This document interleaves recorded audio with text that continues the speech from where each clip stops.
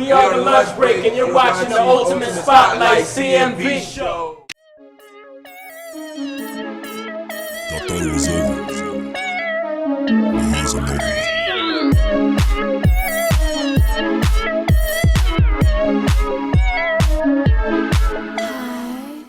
Welcome to the Ultimate Spotlight CMV, music television that is definitely redefined.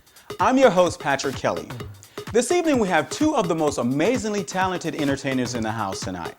We have singer Takara Hamilton of Usher's remix, Daddy's Home, as well as a producer that is responsible for the hottest #1 hip-hop single in the country. I'm talking about Kill Will, who is responsible for producing Birdman and Lil Wayne's Fire Flame. Don't go anywhere, because when we return on the Ultimate Spotlight CMV, we'll be sitting down with Miss Takara Hamilton.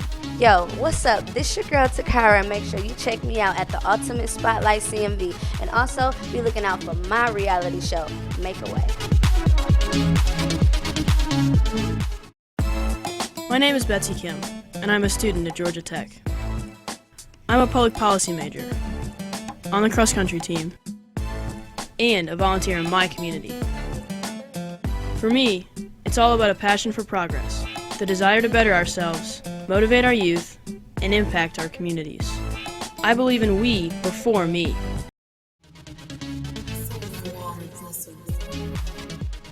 Welcome back to the Ultimate Spotlight CMV, music television that is definitely redefined.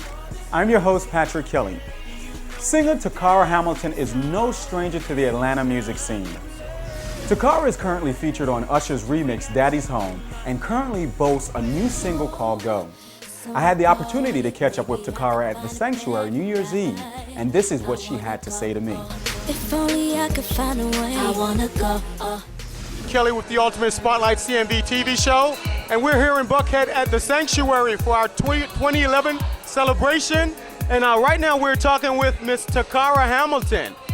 Miss Hamilton, what was it like working with, or how did you get a chance to be on Daddy's Own, Usher's remix?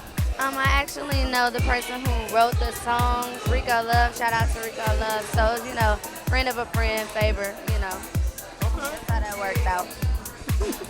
Okay, so you also was just on tour with Jasmine Sullivan. How did that happen? I opened up for Jasmine Sullivan a little while ago, about last month in Miami. It's an opening act, Okay.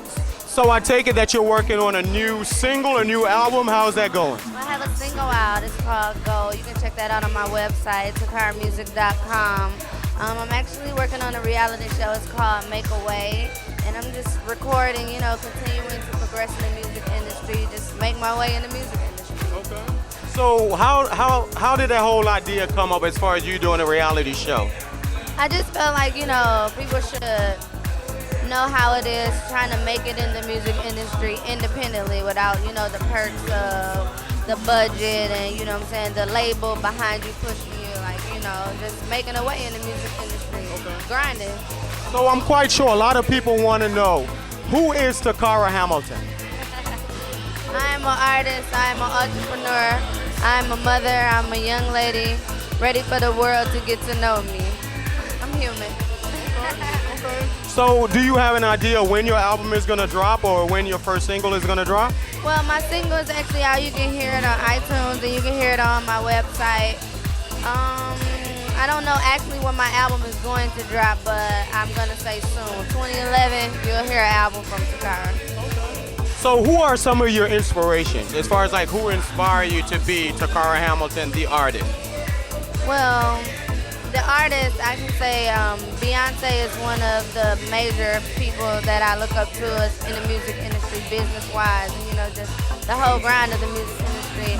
I really like the males in the music industry, so I give a shout out to, as far as my genre, Chris Brown, I have to say Puffy, I have to say the Rick Rosses, people like that, because of the grind and because I know where they came from and they motivate me, So what was your whole experience like working with the whole Usher's remix project? Did you get a chance to meet him? And what was that experience for you? Well, I actually met Usher years ago because of Rico Love. I worked with him in the Corner Boys And so, you know, Rico was kind of like under Usher, working with him, but now he's, you know, his own man, running his own label and stuff like that. So that's how that worked out. But working with him during this whole situation, that I didn't work with him. I took that upon myself. So, you know what I'm saying, make some good music and let people know, you know what I'm saying. It was like a response record for the ladies, you know, the remix that I did. But the opportunity came about from Rico Love, because that's the person who actually wrote the song. So what are like 3 things that you could give to aspiring artists to help them to kind of like set themselves up to be where you are right now? Well, make sure it's something that you want to do. Be loyal to yourself, and make sure you have the ambition and the drive to push yourself to the level or wherever it is you want to be. So are there any shout outs that you want to give right now since we're here? I mean, well, I want to give a shout out to everybody. Everybody, hey, it's Takara shouting out. all right, so you hear it first. This is Patrick Kelly with the Ultimate Spotlight CMV TV show, and we're out. So you've heard it here first with Takara Hamilton. She's definitely an artist that is on the verge, an artist that is on the rise, an artist that is making her way. Don't go anywhere, because when we return on the Ultimate Spotlight CMV, Jean-Luc Tahoe and Lee Walton of the Round Table will be sitting down with Takara at Lucky Lounge for her mixtape CD release. Okay, so it's 3708, paper plastic. Plastic. That's the magic word. What? Green police. You picked the wrong day to mess with the ecosystem, plastic boy. Battery! Let's go, take the house, come on! Put the rind down. Sir, that's a compost infraction. Oh! Did you install these bulbs? Oh. Tragedy strikes tonight where a man has just been arrested for possession of an incandescent light bulb. What do you guys think about plastic bottles now? The water setting is at 105. Yeah.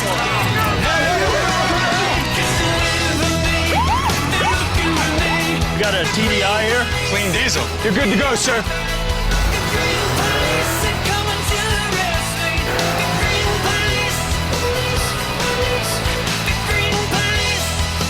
Good afternoon, officers. Are those foam cups you're drinking from? Yeah. Please step out of the car and put them on the hood.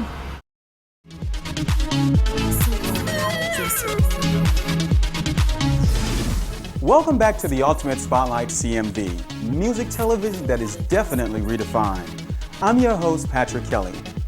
We caught up with Takara Hamilton at the Lucky Lounge in downtown Atlanta for her mixtape release with DJ Gutter Down. And this is what she had to say to Jean-Luc Tahoe and Lee Walton of the Round Table. So tell us, what are your plans for this year, 2011? My plans for 2011 is to make myself more known to the world. I like that. And how do you intend to do that? I'm working on my reality show, so I plan on introducing that. I'm also working on finishing an album, doing more tours, just, you know. So let's start with the reality TV show. Can you tell us more about it? What does it entail? Yeah, the reality show is called Make a Way. It's about me making my way in the music industry independently. So are you signed right now? No, I'm independent. Keep it going, keep it going. All right. So let's start with the reality TV show. What does it entail? It's just gonna show me doing things independently, not with the perks of a major label as far as promotion and the budgeting and, you know, all the things that the major label would give you. It's just me making my way in the music industry, like using my own money and my own contacts and my own connects, all of that type of stuff. Wow, that sounds interesting. So how many episodes do you intend on shooting for that show? Well, first we're gonna, you know, pitch it and get the first, you know, hour or so, you know, introducing to the world, get on sitcoms and stuff like that. Then after that, I plan on it to be like, you know, the regular TV shows, every Tuesday, 45 minutes or something like that. Now, you don't have any crazy sisters or anything that are going to be on the show? Or? My reality show is not about drama. It's not about, you know, trying to get like down to the roots as far as, you know, my foundation and, you know, stuff like that. It's just about me making my way in the music industry. So you know this is Atlanta. Will we get to see some familiar celebrity faces in your reality TV show? I don't know if somebody appears somewhere, but really it's just about me and, you know, my management and my team, you know, stuff like that. So basically, stay tuned. Yeah, stay tuned. Good, good. So as far as the music career goes, I know that you're in R&B, and who would you most likely compare yourself to? I would have to say there's no comparison. You know, I'm unique and I just make music that, you know, people will want to hear, I feel like, in music that I love. So, you know, I don't feel like it compares to anybody. Fair enough, fair enough. So are you also a performer? Do you dance? Yeah, I do dance. But as of right now, you know what I'm saying? Like, I just work the stage and do the eye contact, you know. Just regular performing, getting the crowd's attention. Now, you said you don't you don't sound like anybody. What does your music sound like? It just sounds like young, fresh, unique. Now, is it like a hip hop thing going just on, R&B, or it's just straight like R&B? Smooth, yeah, real smooth. It kind of, Okay. I would say, I don't want to say I would compare myself to, but just of the vibe of it, I would have to say Aaliyah. Okay. Oh, that's a good one. Yeah, yeah. That's a good one, actually. So, you know we're gonna ask, can you do a little something for us? Okay, I'll just sing a little bit. Well, hello, first I'll introduce me. They call me Takara. Hey. Okay, okay. All right. That right here is the nut. Yeah. Thank you, Takara, for that little segment. Now, what's the next step? So you said you're doing it independently now. You're using your own money. What do you have to say to artists out there that are thinking it's all about getting the big record deal? And, you know, what kind of advice can you give them?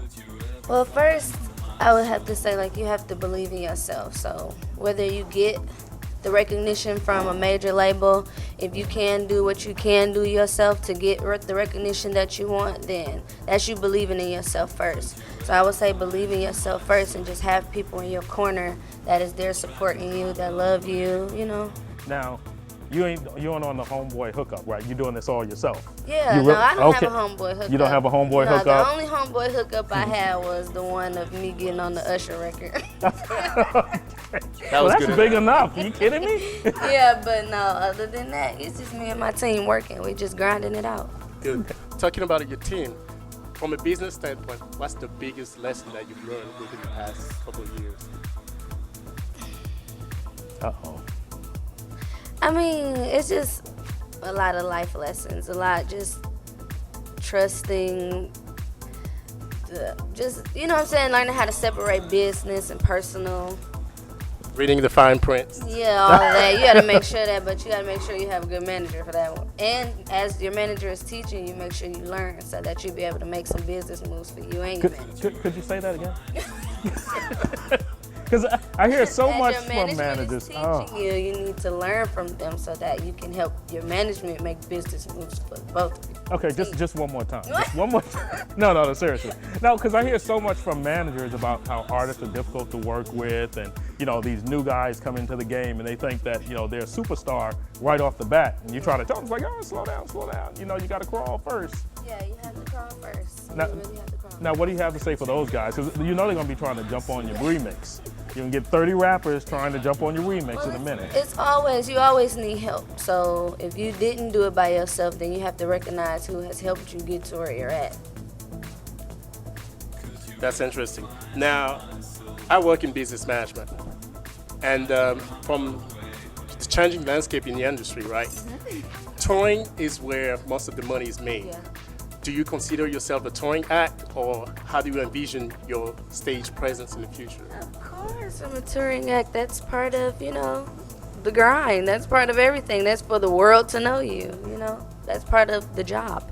That's important, and I wanted to say that because you do have those studio singers. You have to tour, yeah, you have to tour. And if you are a studio singer, you make sure that when you lip singing, you don't mess up. Amen to that. Now, what about the singers out there that use auto-tune in their songs, and they get on stage, and now it ain't quite doing what it did in the studio. You gotta make sure your advance is right, and whatever money you get, make sure that you invest it in a great audio tune mic or auto tune. I don't know because I don't use it. So what would you advise up-and-coming artists to consider when it comes to their physical appearance in this industry and how important it is? Whatever you think your beautiful asset is, you know what I'm saying? Like, you use that to your advantage, but don't just use your beauty to the advantage. Everything about you should be beautiful. Your inside beauty should shine more than your outside beauty anyway. So how important do you think image is? It's obviously important, but for you, when it comes to your career, is it 50-50 or is it 100% in terms of image versus talent and things of that nature? To me, it's really just about my music. Like, I mean, of course I'm a woman, so, you know, I want to look good, but to me, like, it's about my music. I don't. You heard it here first. Now, what are you going to do when they show up with the big record contracts? I'm just, if the money right, you know what I'm saying? Like, if it can help me do what I'm doing, or if it's doing more than what I'm doing, then yeah, I'll do it. Okay. Fair enough. And don't forget the people that got you there. I'm not. All right. So are there anybody you want to acknowledge while you're on the show here today? Yes, everybody who knows me. Okay. You ain't say my mama. No mama. Jesus. No. You know, how you going to let Jesus not get his props? Everybody who knows me, and I do love the Lord, because without him, I would not be here. Okay. No specific haters? Come on. I mean, you know, they always get a hey. There you go. So, you've heard it here first at the Ultimate Spotlight CMV. Takara Hamilton is definitely making her way. She has a new single called Go, which you can check out at www.takaramusic.com. And that's TOCARRA music.com. Let's catch up with our Canadian correspondent in Toronto, Mr. Raleigh Harden, and see what he's up to. People in the house, you're about to witness something you've never witnessed before. Keisha.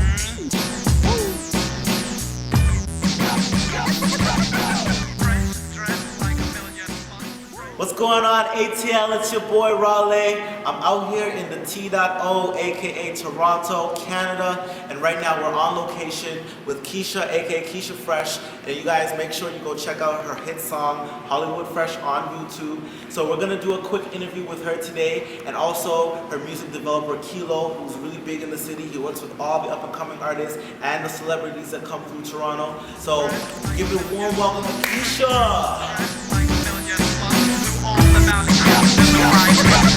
Take time to rethink the words that you're performing. You are just aiming, I'm already scoring. Instead of straight hating, start listening to my music. Pretty sure your boyfriend and his mom listen to it. Skinny jeans, How you doing?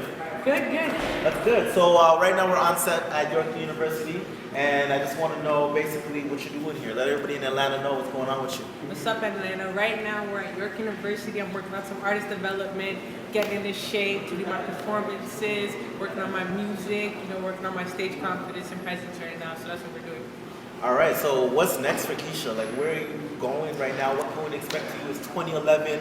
Everybody's really excited about, what you have coming out. I heard you run Toronto, so it's really good. That's true. What's next? Everything's next. I plan to do music. I plan to have the next hit single that I'm pretty sure you guys are gonna love out in Atlanta.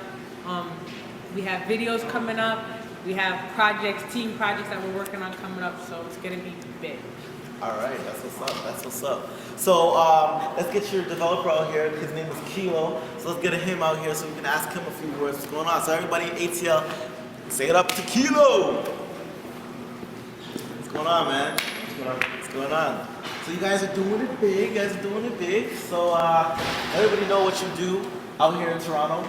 Well, right now what I'm doing is I'm trying to work with as many up-and-coming Toronto artists as possible. Make sure that they're prepared for the stage. Right. I've been dancing for a few years now, and I've been acting since I was 2 years old. Right. So being in front of the camera, being on stage, I've been doing music theater, so it's not new to me. Right. That's actually where I find myself most at home. Okay. So with Keisha here, today we were working on making sure that she had her gestures right, making sure she felt the intent of the music. Right. You know what I mean? So how important is it for artists that are coming up, that are, you know, even indie label artists or even established artists, how important is it for them to have someone like you to work with them? It's actually, you know what, I consider it really important to make sure that you always have like a direction that you're going. Okay. You know what I mean? Because a lot of artists, they'll, like, especially rap artists, they figure, you know, oh, it's not about what I'm saying, it's about, you know, if I look good, you know, I'm doing my thing on camera, you know what I'm saying? So, really and truly, it's like if you're gonna do a song that's about love, you gotta act romantic, you gotta do your thing. If you're gonna do a song that's about a breakup, it's gonna be sad. Right. Gangster, you gotta be gangster. You know, cocky, you gotta be cocky. Right. Everything's got a different feel to it. So I don't want to see you rapping like you're gonna be talking about love, and rapping like you're talking about a breakup in the same thing. You know what I mean? Doesn't make any sense. And is development all you do right now, or you just work with them specifically on, you know, development, or do you do other things with the artists? Well, a lot of the time, like, actually, I have a business partner that I work with. His name is Chosen Touch, and he's got his clothing line that he's starting up right now. So he's gonna be doing styling. He does media training. He's also an actor. He does a lot of stage performances as well. Okay. So I work with him, and he does that sort of a behind the scenes kind of stuff. Yeah. I more so work on what happens in front of the camera. Also, I like to get in the studio with the artists and make sure they have their enunciation right, make sure they're hitting the notes, because I'm a singer as well, so I do vocal kind of training and stuff like that. Right. And yeah, that's pretty much the extent of my work with each artist. Okay, cool. All right, so you guys heard it out there that, you know, this is what's going on in the T.O right now. ATL, back to you guys.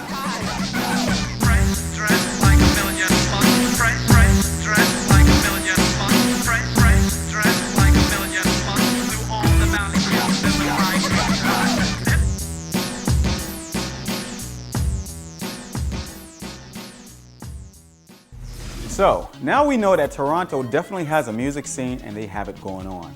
That was our correspondent in Toronto, Mr. Raleigh Harden, for the Ultimate Spotlight CMV.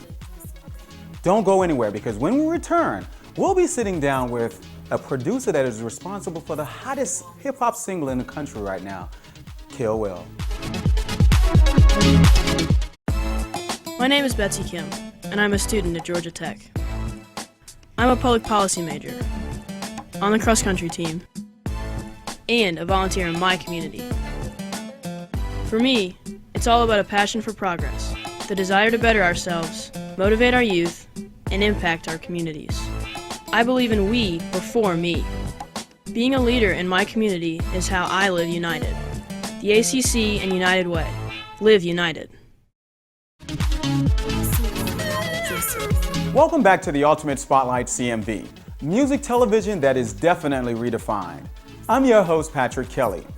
Our next guest has the #1 hip-hop single in the country right now that is burning up the airwaves. We're talking about Fire Flame, and the producer responsible for that track is Kill Will. Fire flame, fire flame, spitter. Yeah. Fire flame, fire flame, spitter. We the business, $100 million. We the business, $100 million. Fire flame, fire flame, spitter. Fire flame, fire flame, spitter. We the business, $100 million. We the business, $100 million. Good evening, this is Patrick Kelly for the Ultimate Spotlight CMV TV show, and I'm your host. I'm Charles Lee Walker. All right, and we're here with Kill Will. Kill Will is the producer for the hottest track that's like hitting the airwaves right now, Birdman and Lil Wayne, Fire Flame. Kill Will, how you doing, bro? I'm doing all right, man. How you gentlemen doing? We actually doing pretty good. Pretty good, man. So, how did this whole thing come about with you submitting your track and Birdman and them picking it up? You know my management, Big Von, that Make It Happen management, he did a whole lot of, pulled a whole bunch of strings to make this one happen. So at the end of the day, it was like basically, I sent the track over to him. He listened to some tracks that I submitted. It was kind of like, he heard a couple specific that Cash Money might mess with, and they ended up messing with him. Okay, so what was the feeling like? What was the side like when you heard that they actually picked your track to use it for his single, upcoming single? It's kind of like surreal, for real, because I grew up listening to Cash Money. I mean, who didn't? And then all of a sudden, it was like on World Star Hip Hop, it had like 7 million views in like 2 days. Wow. That was crazy. Dude, woo. So I'm gonna ask the question: when is the check coming? I already spent it, man. I already spent it. I'm broke. Oh, you already spent it. Dude. What you gonna get to? You went and got what? You know, you bought a Rolls Royce store? What? I mean, come on. Man, I bought a Maserati. No, I'm playing, man. Actually, you know, I got a nice little situation out of this whole thing. Okay. So when you got the check, when you saw the numbers on it, did you say to mom, like, Mom, dude, you know, I'm not living in your basement no more. I'm throwing away my Fruity Loops. You know, I'm doing this for real now. I'm official. I'm really a producer, Mom, for real. Nah, it wasn't that serious. It was kind of actually like I'm about to put this up so I don't mess up my money and let's move on to the next one. You can't do that. Ain't hip hop. That ain't hip. You supposed to say, you know what? I'm stunting. I need 40 buck naked chicks. I'm pulling up in my Maserati. Let's go. That would have been fun, but how long would that have lasted? It don't matter. This is hip hop. Come on, baby. Come on. Nah, I had a little fun, but you know. Okay. Now, where are you from? Because you seem like too down to earth to be a New Yorker. I'm from Cincinnati. Okay. Oh, wow. Yeah. Perfect. I done heard a lot of heat coming out of Cincinnati, but it's like you guys don't usually get a chance. I mean, you don't get a break. That ain't necessarily true. Just people don't pursue the right avenues sometimes. Okay. And hopefully I can help bring it back to where I'm from and give other people a chance to do stuff. So you make sure you rep Cincinnati when you out there, right? You like, don't you know? Atlanta's good. You know, love Atlanta. I'm from New York. Definitely love Atlanta. I like New York. Yeah, exactly. No, but you Cincinnati. Yeah. You know, so let's keep it 100%. official. So Cincinnati needs to get a name for itself. Because I've heard some. I mean, like for real. One of my neighbors, his grandson. He's an older guy, but his grandson came here and he came in our studio. And was, you know, letting us listen to some tracks he had done. This is a 14-year-old kid. Right. And this kid put out some heat. So much so that his grandfather took him over to Doppler and they were like, okay, yeah, we'll mess with this kid. That's what's up. And he's from Cincinnati. What's his name? I don't even know. Okay. So earlier I asked you the question, like, what you felt like when you found out that they accepted your track. So the real question is, because I asked Tommy Guns the same thing, when he realized that his song was #1 all over the country with Mims, This Is Why I'm Hot. Now, how do you feel now knowing that you have the #1 song in the country right now?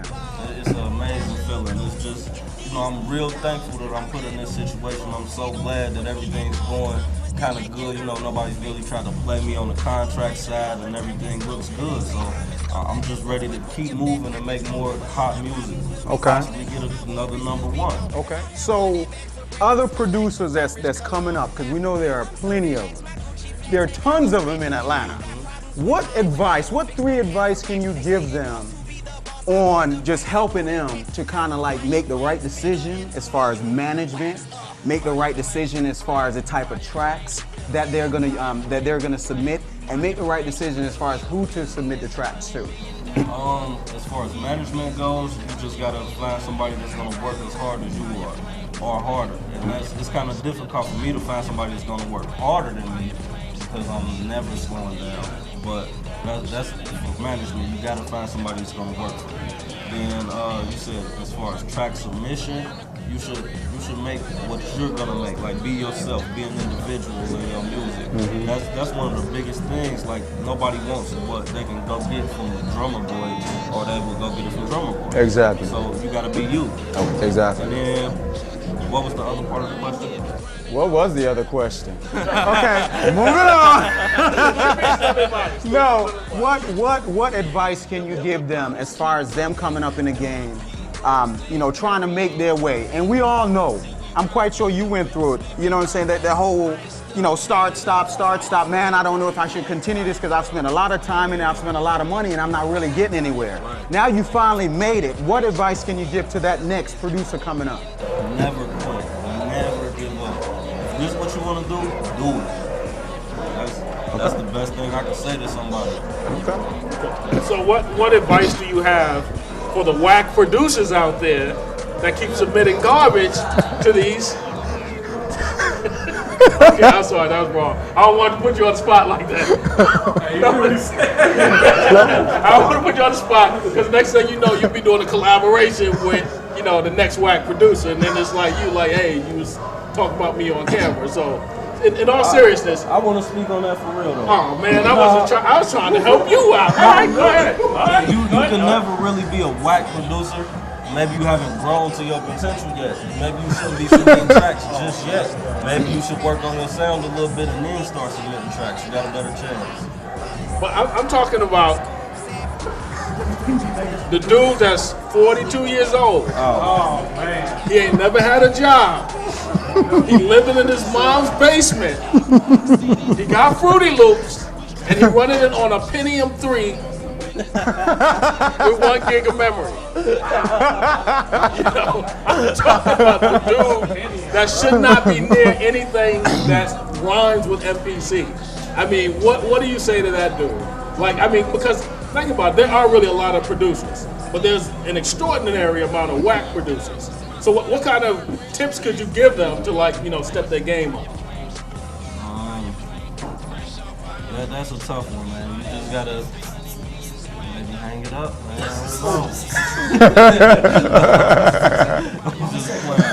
You gotta.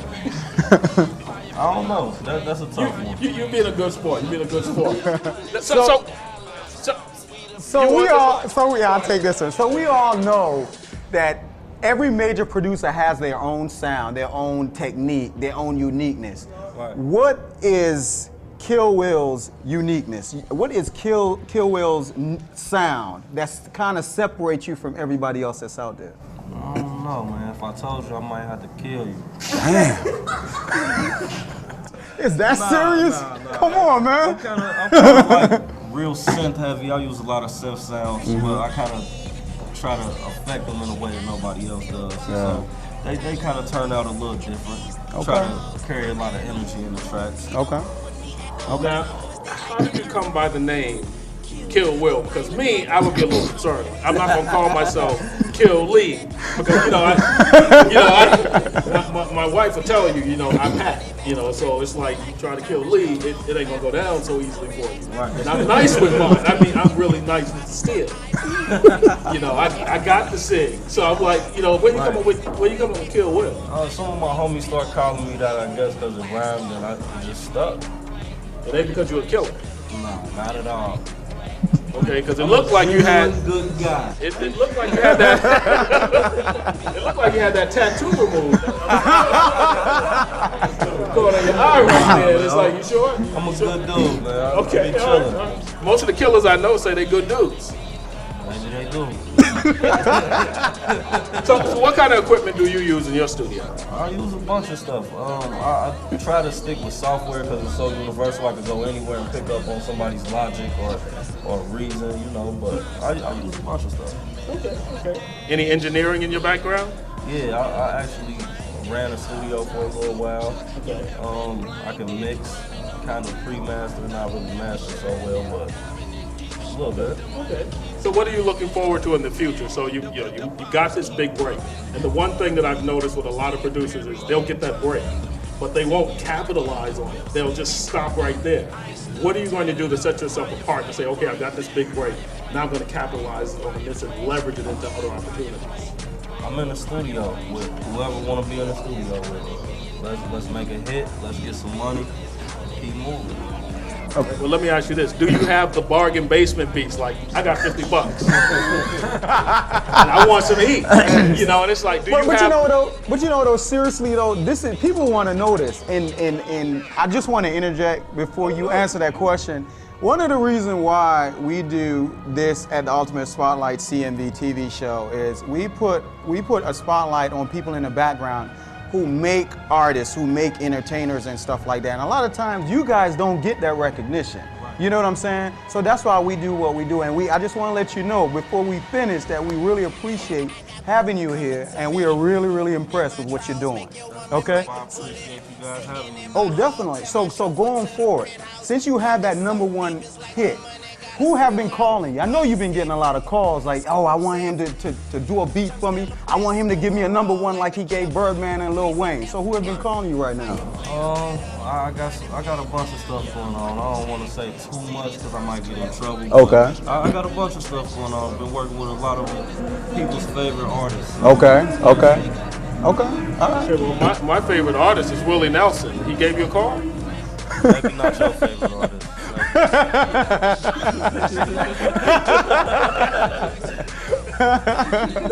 No, but seriously, so let's bring this back to reality now because we've been tripping on film here. Oh no, we need to go back to the bargain basement prices. Okay, that's right. Yeah, so let's get an answer to that one. So, and in all seriousness, so you got some artists out there that are trying to make it. They don't have the funds. I mean, they just don't have the capital, but they may be extremely talented. Like lyrically, they may be nicer than anything on the radio. They come to you and they say, I don't have that much money, but I know you can do something with this. What do you have for them? I send them straight to Big Von, man. I mean, not to sound like I'm above anybody, because I'm definitely not. I came from the nowhere, and I just send them to Big Von. Maybe we can make something happen, and maybe we can come up with a hit, and you can be the next thing over one of my beats. Okay. It's definitely possible. Well, do you think that the music world, the music landscape has changed because of the economy? Because you are the second producer that's come out of nowhere that's nabbed a big single. Like I forget his name, but we spoke with the producer of Power for Kanye West, and he's a kid out of Dallas. No one's ever heard of this guy. He submitted the track. Boom, it got picked up. Do you think it's because of the economy, or they're tired of the same old producers? Maybe a little bit of both. Like, they don't want to spend as much money for big records, and it may just be that guy has one of the hottest beats Kanye ever heard, because that's sick. Like, Okay, so for the female fans, are you married? Are you single? What's going on? I'm single. I'm playing the field, kind of, but not really. You know, I don't want to be too promiscuous or nothing like that. Okay. You know, if I meet somebody, I'll meet somebody. Okay. All right, ladies. Wait a minute, hold on. You got the big single. You got the Bugatti in the garage. It ain't time to be trying to, get with nobody. This ain't no one-off time, homeboy. It's like, give me another word for menage, because name of menage a trois. Threesome? I mean, dude, this ain't the time. It's like, ladies, you should have got on the bus before I left the station. You out of there now. No. Yeah, I mean, no regular chicks. And if they regular, they gotta be extra regular. That ain't how you do it. What you do, you either go with the super dime piece, right? When you make it, you go with the super dime piece that's disposable, or you go with the extra regular chick that's disposable. You don't deal with the middle chicks. They ain't worth it right now. I'm telling you. So, man, I don't know what to say to that. I'm trying to give you some sage advice right here. You stunting? Take it. I'm gonna take the advice. Right now, you on your way to stunt. Like, are you going to the Grammys this year? Yeah. Oh, you are? Yeah. What seat you in? You in the silver or the gold? Oh yeah, I gotta ask Vaughn. Okay, we're gonna be there. That's what's up. I'm gonna be in the show. That's what's up. Well, not on stage. I'm gonna be in my seats. But yeah, let us know, when you get out there. We hook up, go out to dinner. We got some Grammy parties to hit out there. For sure, that's what's up. All right. See that big thing's popping. Exactly. So you heard it here first. Kill Will is single, ladies. So you need to hit him up, okay? On the Ultimate Spotlight CMV TV show. Thank you all very much. Make your woman bite the bullet. Sitting in my hog, tell my chauffeur to the penthouse. Pockets so deep, it's like my money gotta swim out. Molly safe, Scoob safe. I'm still the best overall, like a jumper. Reason FF, fire flames bitter. $100 million, pocket change. All right, so you've heard it from Kill Will's own mouth. Ladies, he is single. So if you can catch up with him in Cincinnati, hey, have a go at it. So we had the opportunity to catch up with Takara Hamilton, who currently has a new single out called Go. and also the producer that is responsible for the hottest #1 hip-hop single in the country right now, which is Kill Will, and we're talking about Fire Flame Spitter with Birdman and Lil Wayne. So, the Ultimate Spotlight isn't just about major artists and producers, but it's also about artists that is on the verge of a new single, of a new album, or just has that it factor. I'm Patrick Kelly for the Ultimate Spotlight CMV. Good night.